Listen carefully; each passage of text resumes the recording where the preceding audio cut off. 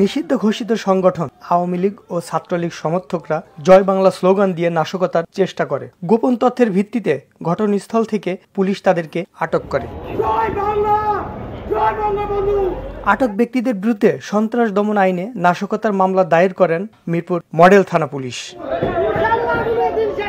আটককৃতদের বিরুদ্ধে বাদীপক্ষ 7 দিনের রিমান্ড চাইলে 2 দিনের রিমান্ড মঞ্জুর করেন আদালত।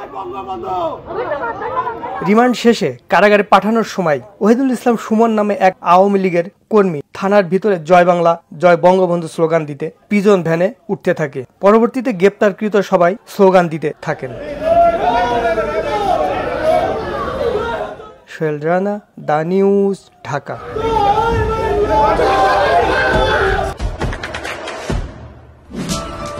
দেশে দেশে সবার সাথে দ্য নিউজ।